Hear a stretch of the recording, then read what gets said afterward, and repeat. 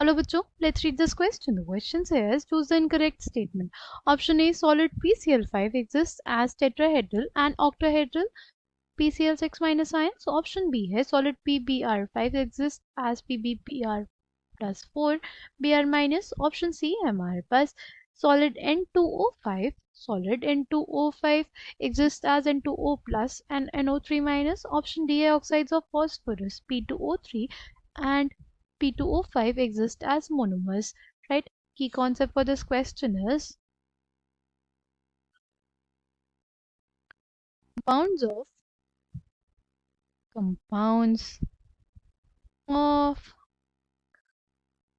P block elements. Compounds of P block elements. ठीक, हमारे पास क्या है? हमारे पास है PCl5. PCl5 सॉलिड जो होता है वो हमारे पास बेसिकली एग्जिस्ट करता है as PCl4 plus and PCl6 minus, right? अगर बात करें हम लोग PCl4 प्लस की तो इसका स्ट्रक्चर कैसा हो जाएगा? देखो, फॉस्फोरस की आउटर मोस्ट में कितने इलेक्ट्रॉन्स? 5 में से एक इलेक्ट्रॉन निकल गया क्योंकि पॉजिटिव चार्ज है, राइट?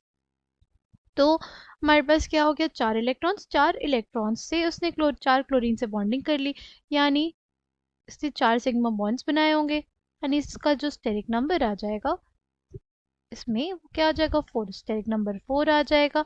हाइब्रिडाइजेशन sp3 आ जाएगी और जो हमारे पास ज्योमेट्री आएगी वो क्या आ जाएगी?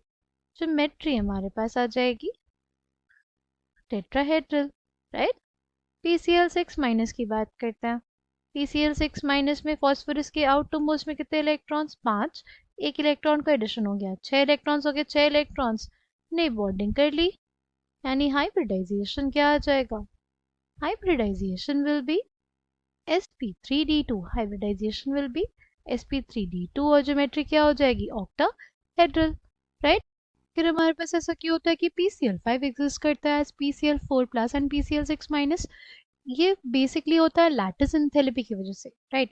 जो Cl माइनस जो Cl माइनस है उसका जो ट्रांसफर होता है जिसकी वजह से PCl4 प्लस और PCl6 माइनस बनता है. अब इन दोनों के बीच में क्या रहेगा? इलेक्ट्रोस्टैटिक फोर्स ऑफ अट्रैक्शन रहेगा, right? Electrostatic force of attraction की वजह से, राइट, जो स्टेबिलिटी मिलती है इस मॉलिक्यूल को वो कहीं ज़्यादा होती है, राइट? जो पैकिंग होती है वो कहीं ज़्यादा एफिशिएंट होती है एज कम्पेयर टू PCl5 के मॉलिक्यूल, यानी ऑप्शन ए हमारे पास करेक्ट है. फिर हमारे पास है कि PBr5 जो होगा वो हमारे पास एग्जिस्ट करता है as PBr4 plus and Br minus. ये जो स्टेटमेंट है ये भी करेक्ट है. PBr5 जो होता है वो हमारे पास एग्जिस्ट करता है PBr4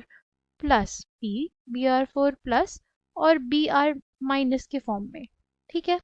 क्यों हमारे पास PBr5 एग्जिस्ट नहीं किया PBr4 प्लस और PBr6 माइनस के फॉर्म में? ऐसा इस वजह से होता है क्योंकि जो फॉस्फोरस एटम है वो उसका साइज छोटा है और वो 6 ब्रोमीन एटम्स को अपने चारों तरफ होल्ड नहीं कर पाएगा, राइट?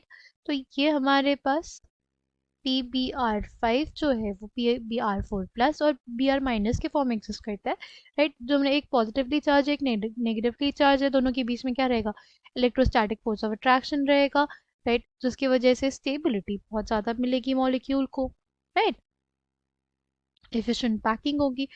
इस वजह से सॉलिड PBr5 हमारे पास एग्जिस्ट करता है as PBr4 plus and Br minus, okay? तो ये भी स्टेटमेंट करेक्ट हो गया.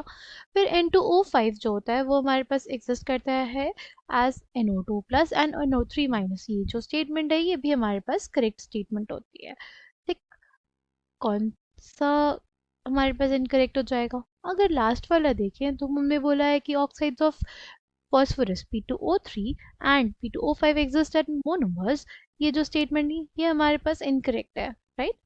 बेसिकली हमारे पास जो P2O3 है वो एग्जिस्ट करता है एज P4O6 और P2O5 जो है वो एग्जिस्ट करता है एज P4O10, यानी वो मोनोमर्स के फॉर्म में एग्जिस्ट नहीं करते हैं, राइट? लास्ट स्टेटमेंट जो है वो हमारे पास इनकरेक्ट हो जाएगा और इस क्वेश्चन के अकॉर्डिंग ये करेक्ट ऑप्शन हो जाएगा. Thank you, all the best.